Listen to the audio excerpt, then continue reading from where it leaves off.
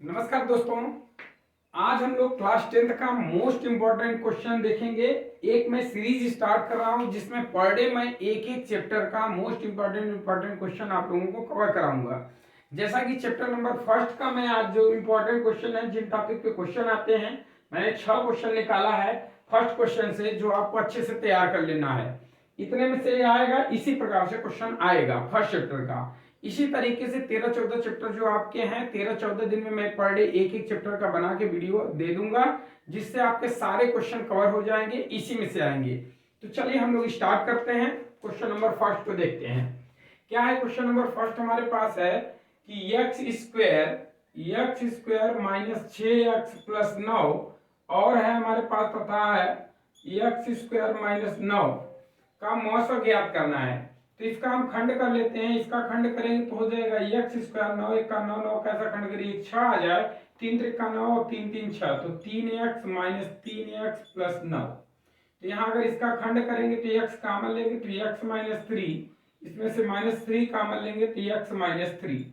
आशा करता हूं कि आप लोगों को खंड आता होगा। जिन बच्चों को खंड नहीं आता है वो हमें कमेंट में बताएंगे, हम उन्हें आराम से वो चीजें भी सिखाएंगे।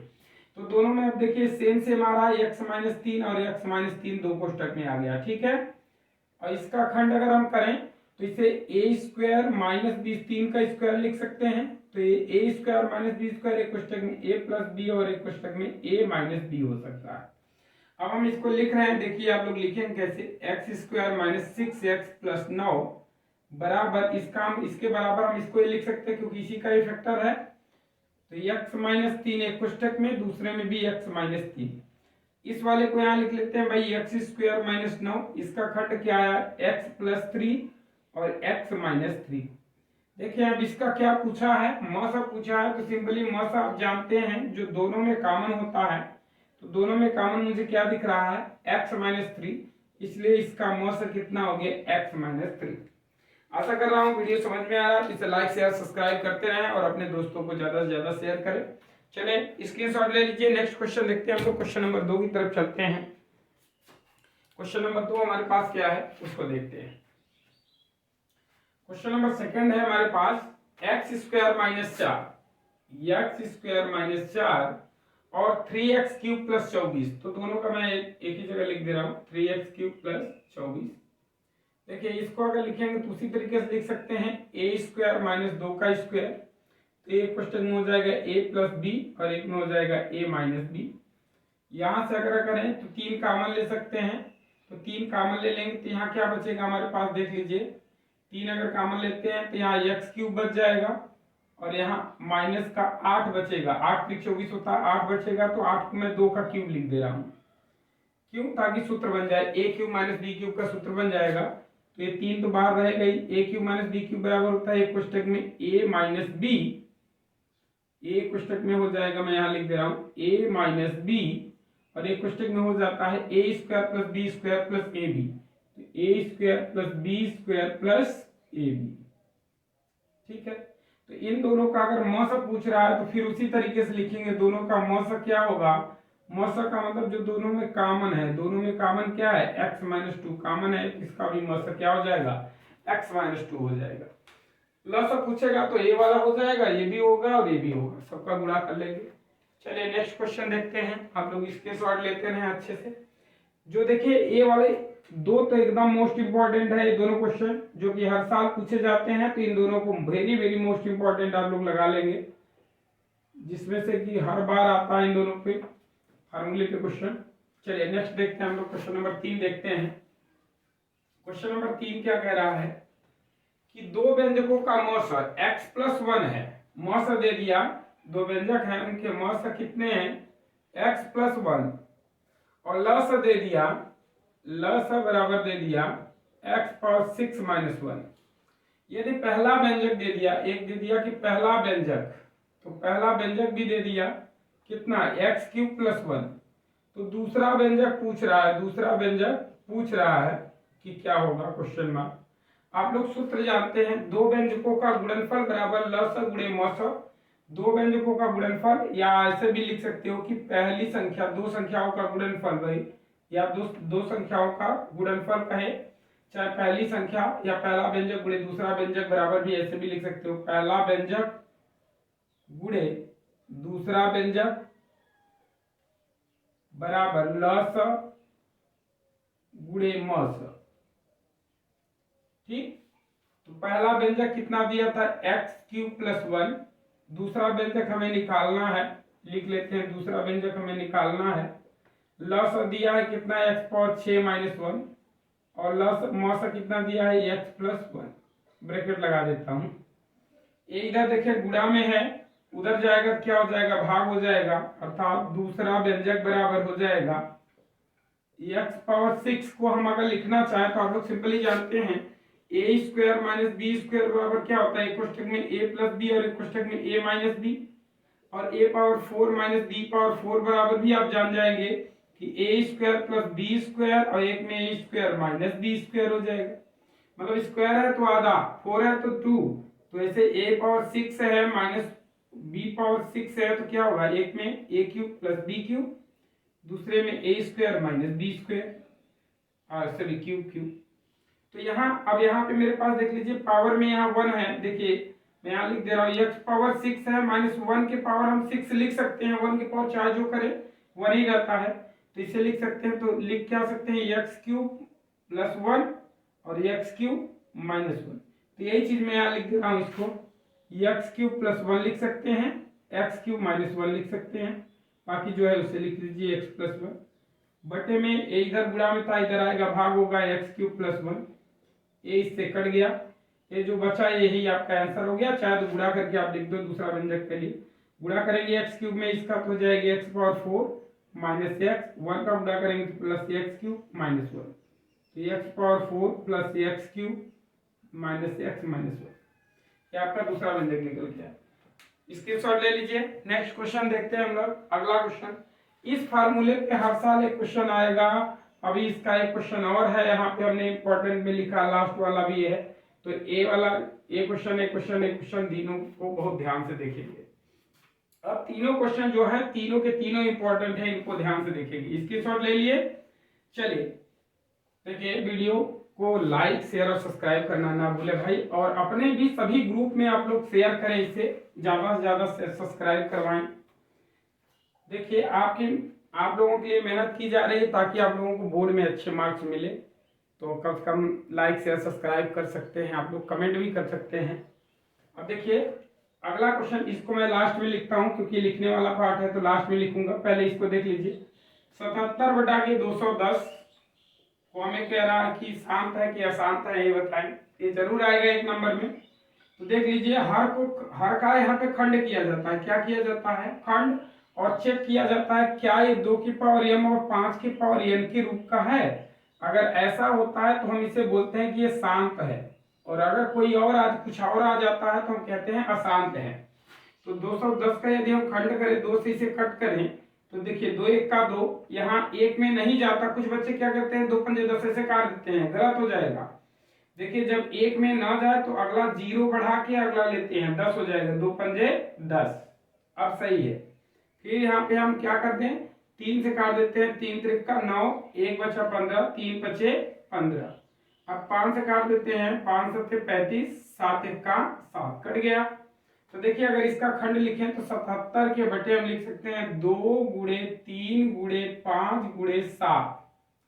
तो सिंपल सा बात मुझे दिख रहा है भाई, 2 की पावर 2 भी दिख रहा है, 5 भी दिख रहा है, लेकिन इसके साथ में 3 और 7 आ गया, इसलिए हमारा क्या हो गया, अशांत है। क्या है, अशांत आवर्ती है, ये शांत दशमलव प्रसार नहीं है। तो इस तरीके से आप लोग निकालना सीखेंगे, जिसके बटे में सिर्फ अब 2 और 5 हो, 3 और 7 ना होता तो ये अशांत होता, लेकिन इसमें 3 और 7 भी आ गया, इसलिए हमारा क्या हो गया, अशांत। ठीक है, नेक्स्ट क्वेश्चन देखते हैं।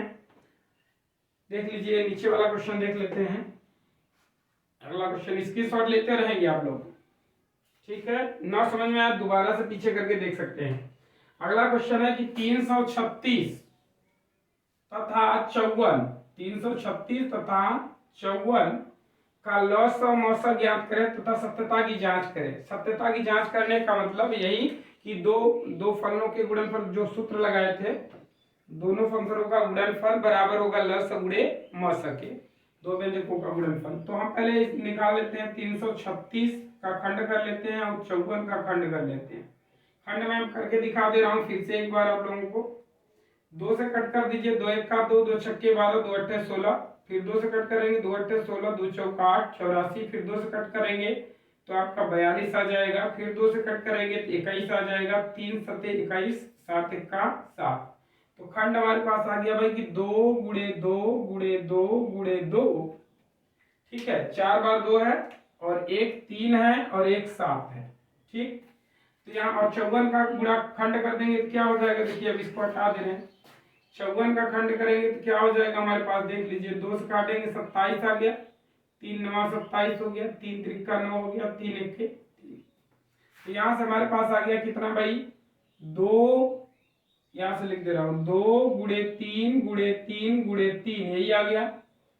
अब इसका हमें लस और मौसा निकालना है तो क्या करेंगे, देखिए मौसा बराबर क्या होता है, जो दोनों में कॉमन हो, तो दोनों में सिर्फ 3 कॉमन है, तो मौसा इसका कितना हो गया, नहीं 1 2 भी कॉमन है, 3 गुणे 2 कर लीजिए, चाहे 2 गुणे 3, तो इसका मौसा कितना आ गया, 6 आ गया।